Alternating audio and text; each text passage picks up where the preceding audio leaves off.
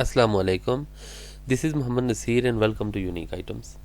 ईटा का ये directorate of youth affairs का कंप्यूटर ऑपरेटर का पेपर है जो कि 30 मार्च 2022 को कंडक्ट हुआ। इसके इंग्लिश पोर्शन के एमसीक्यूज़ का ये पार्ट 2 है, जबकि पार्ट 1 का लिंक आपको इसी वीडियो के एंड पे या डिस्क्रिप्शन में मिल जाएगा।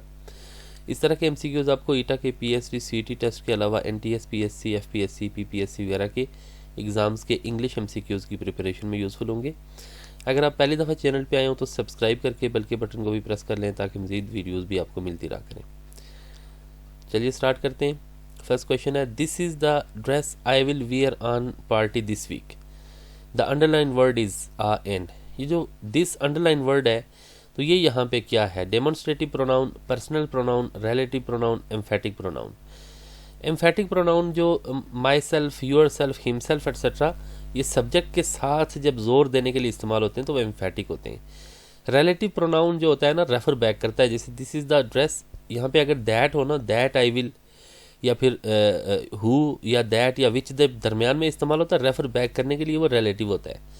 पर्सनल में आई, वी, यू, दे, शीट वगैरह ये पर्सनल होते हैं। डेमोन्स्ट्रेटिव जब इशारा करने के लिए दिस, दिस, दैट, दोज इस्तेमाल होता है ना फिक्रे के शुरू में, this is my book, that is your book etcetera, तो दिस इज़ द ड्रेस, तो ये डेमोन्स्ट्रेटिव प्रोनाउन की एक एग्जांपल है। तो यहाँ पे ये ए हमारा दुरुस्त जवाब है। She said to me these books are not mine, choose the correct indirect speech. यहाँ पे हमने इनडायरेक्ट स्पीच को चूज़ करना है। She said to me, she told me आ जाएगा। दैट, तो दीज को दोज में कर लेंगे तो यहाँ पे दोज में आ गया that those books are not mine. Are not को हमने वर में कर लेंगे, ठीक है। वर नॉट माइन, माइन तो नहीं रहेगा, first person according to subject, subject she है, शी की बजाय हर आ जाएगा।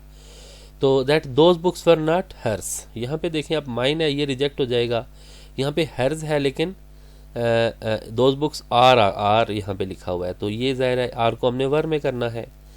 तो यहाँ पे शी टोल्ड हिम, हिम तो गलत हो जाएगा, ये मी है। तो इसलिए हमारे जो बी में जो है ना, वो सारी चीज़ें फुलफिल कर रहा है। She told me that those books were not hers, तो mine first person according to subject she है, शी की बजाय हर्स आ जाएगा, शी का ऑब्जेक्ट हर्स, तो बी यहाँ पे आंसर है। Even if it rains I will come, the underline word is a an. Noun phrase, adjective clause, adverb clause, preposition. अब देखें ये सिंपल प्रपोजिशन तो है ही नहीं है ना। टू जैसे होते हैं ना प्रपोजिशंस होते हैं ना, ऑफ, ऑन, टू एट्सेट्रा, तो ये प्रपोजिशन तो नहीं है। तो नाउन फ्रेज, एडजेक्टिव क्लास या एडवर्ब क्लास। तो अब देखें इवन इफ इट रेन्स, ये फ्रेज नहीं है बल्कि ये क्लास है, ये आपको मीनिंग्स दे रहा है कुछ ना कुछ, ठीक है। ये फ्रेज से बड़ी चीज़ है ये। Even if it rains I will come, ये एक ही सेंटेंस के दो अलग अलग पार्ट्स हैं, तो ये कॉम्प्लेक्स सेंटेंस की एक एग्जांपल है। तो अब देखें इवन इफ इट रेन्स, तो ये आई विल कम, कम जो है ना, आई विल कम में आऊँगा, कम एक वर्ब है, इसको ये पार्ट मॉडिफाई कर रहा है। जिस तरह एक एडवर्ब एक वर्ब को मॉडिफाई करता है ना, इसी तरह ये पार्ट इस वर्ब को मॉडिफाई कर रहा है, कम को। आई विल कम, आऊँगा कब, इवन इफ इट रेन्स, अगरचे बारिश होती है। तो इसलिए ये क्या है, एडवर्ब क्लास है। ये फ्रेज से तो बड़ा है, नाउन फ्रेज तो ये है नहीं। एडजेक्टिव क्लास ये नहीं है, क्योंकि ये किसी भी नाउन प्रोनाउन को तो ये मॉडिफाई नहीं कर रहा ना कि ये एडजेक्टिव क्लास हो, तो इसलिए क्या है ये, this is an adverb class. See यहाँ पे आंसर है। How can I give you short measures madam, said the shopkeeper to her, तो इसको हमने इनडायरेक्ट में करना है। How can I give you short measures, the shopkeeper told her. How he, can तो नहीं आएगा, कैन को कुड में करना है। The shopkeeper told her how he could give him तो नहीं आएगा, ये मैडम है तो हर आना चाहिए। The shopkeeper told her how he could give her short measures, तो ये सी में यहाँ पे दुरुस्त जो है ना ये चेंज किया हुआ इन्होंने। The shopkeeper told her how he could give her short measures, तो सी आंसर है। The librarian issues books after signing the register, choose the correct passive voice. यहाँ पे पैसिव वॉइस हमने देखना है। लाइब्रेरियन इश्यूज बुक्स, तो books यहाँ पे आपका ऑब्जेक्ट है, ये शुरू में आ जाएगा। बुक्स आर इशूड, इश्यूज ये प्रेजेंट सिंपल है ना, तो इसको पैसिव में करने के लिए इज़म आर आता है और थर्ड फॉर्म आती है। Books are issued by the librarian after signing the register, तो नेक्स्ट पार्ट तो उसी तरह आ जाएगा। तो बुक्स आर इशूड, ए यहाँ पे आंसर। यहाँ पे आप देख रहे हैं वर लिखा हुआ है, विल लिखा हुआ है तो ये गलत हो जाएंगे। तो चूंकि प्रेजेंट सिंपल है ना, इश्यूज SKIS लगा हुआ है, तो ये इसको करने के लिए आप सिंपल लगाते हैं इज MR के साथ third form. He called the police in time to catch the thief, choose the correct passive voice. यहाँ पे भी हमने पैसिव वॉइस देखना है। ही कॉल्ड द पुलिस, तो पुलिस यहाँ पे ऑब्जेक्ट है, इसको शुरू में लेके आ जाएंगे। पुलिस कॉल्ड, ये पास्ट सिंपल है, इसको पैसिव में करेंगे तो वाज वर्ब के साथ थर्ड फॉर्म आएगी। पुलिस हैज़ बीन तो नहीं आएगा, police was called in time to catch the thief, ये दुरुस्त है। वाज बीइंग कॉल्ड नहीं आएगा, चूंकि ये ING तो है नहीं ना यहाँ पे, ये आप देख सकते हैं ना, ही कॉल्ड द पुलिस, तो ING तो नहीं है ना, इसलिए बीइंग नहीं आएगा। हैव बीन भी नहीं आएगा, चूंकि ये पास्ट सिंपल है तो वाज वर्ब के साथ थर्ड फॉर्म आ जाएगी। तो दुरुस्त जवाब हमारा B है, the police was called in time to catch the thief. Hayward felt it had now become incumbent on him to act. Hayward को महसूस हुआ कि अब उसके लिए बहुत ज़्यादा क्या था, एक्ट करना। Choose the word nearest in meaning to the underlined word. Incumbent का मीनिंग देखना है हमने। Necessary, labeled, current, series. तो incumbent का मतलब होता है बहुत ज़्यादा ज़रूरी, बहुत ज़्यादा इंपॉर्टेंट, तो ये necessary आ जाएगा।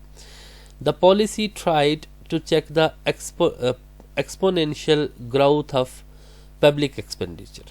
पॉलिसी ने ट्राई किया कि वो चेक करेंगे एक्सपोनेंशियल जो ग्रोथ है ना पब्लिक एक्सपेंडिचर्स की, खर्चों की, उसको चेक करने का उन्होंने देखा डिसीजन की। इसका हमने अपोजिट देखना है, ग्रोइंग, प्रोमिनेंट, स्टैटिक और चैलेंजेबल। तो एक्सपोनेंशियल होता है बहुत तेज़ी से बढ़ती हुई, तो यहाँ पे ये इसका जो है ना क्या हो जाएगा, ये बढ़ती हुई बहुत ज़्यादा है, तो अपोजिट इसका हमने देखना है।